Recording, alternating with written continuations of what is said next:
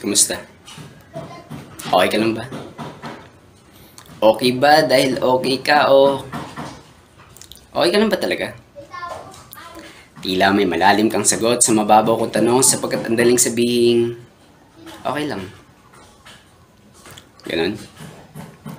Saludo ako sa'yo. Alam kong hindi madali ang pinagdaanan mo. Naging malubak naman ang daan, masakit man ang pagyapak, sa landas na yung nilalakaran, mabigat man ang pinapasan. Alam ko na yung inaasa, may kinabukasan. Maganda namang kinabukasan. Alam kong magkaiba tayo na nararanasan at yaano man katindihan. Magkaiba man ang sikip ng sapatos natin ay aking maiintindihan. Mahirap maiintindihan at lalong napakahirap ipaintindihan. Lalo sa mga taong nagsasabing, nasa isip mo lang yan. Oo, naisip ko rin yan. At ang nais ko'y umunawa ka rin lang sapagkat hindi gaya mong nasa liwanag na natatanaw ko'y karimlan.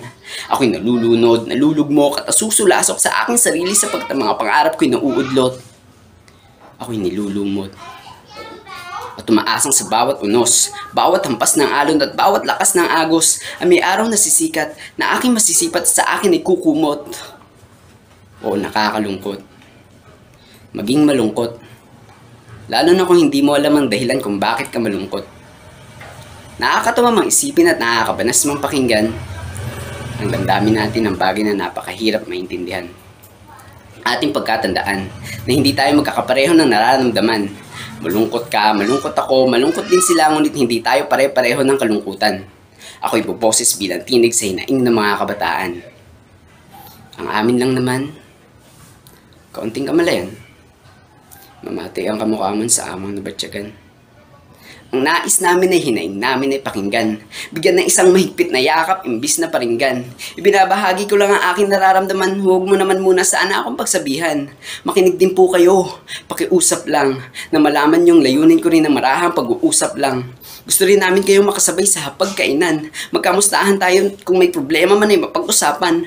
Huwag mo naman akong sigawan. Nais ko lang rin ang panig ko ay mapakinggan. Nahihirapan din kami. Hindi nyo ba alam? O hindi nyo alam kasi hindi nyo tinitingnan. Ang nakikita nyo lang, yung nakatambak na pinggan. Yung mga kalat sa sahig na nakaligtaan kong linisan. Kaya't minsan, gusto nilang lumisan. Dahil sa bigat ng mga pinapasan. Sa mga bagay na sa akin ay kanilang inaasahan, ngunit hindi ko naman inaasam. Bakit lagi na lang ganito? Sumasabog na ang isip ko, ba't di nyo napagtanto? Gabi-gabi akong hindi makatulog kakaisip ng kinabukasan ko. Kung paano mapapantayan ang mga ekspektasyon na sa akin ay inaasahan nyo. Kesyo ganyan, kesyo ganto. Tularan mo si Juan, tularan mo si ganto. Buti pa yung anak ni Juan, buti pa si Waldo. Bakit kayo ganyan? Manhid ba kayo? Asan ang kamalayan nyo? Nagsusumikap din ako. Nabalang araw ko naman, ang magkukwento naman naging balakid sa likod ng aking tagumpay at hahangaan ng walang humpay sa kabila ng aking mga kapalpakan, ako naman ay papalakpakan. Ngunit sa paanong paraan, kung ang naririnig ko, mga pang-uusisa nyo, mga salitang nagdudulot upang pagdudahan ng kakayahan ko, imbis na maging bahagi ng aking inspirasyon, kayong naghilan kung bakit nalulunod ako sa aking depresyon. Hindi ito pagmamalabis, bumuboses lamang ako sa aming mga pagtitiis. Isang humigpit na yakap sa lahat ng nahihirapan. Kasulukuyang nakikipagdigma sa mapandin lang nilang mga isipan. Sa aking mga kapatid, kaibigan, mga kapwa kabataan, isigaw natin ang boses na kanilang pinagbibingi-bingihan. Ako si Waldo at ako'y naninindigan na aking pahahalagahan ng bawat kabataang aklanon sa kanilang kalusugang pangkaisipan. Ako'y magigingit sa tungo sa matiwasay na kinabukasan. Halina't kisingin natin ang tutulog nilang kamalayan. Kaibigan, kamusta? Okay ka lang ba? Kaya mo yan.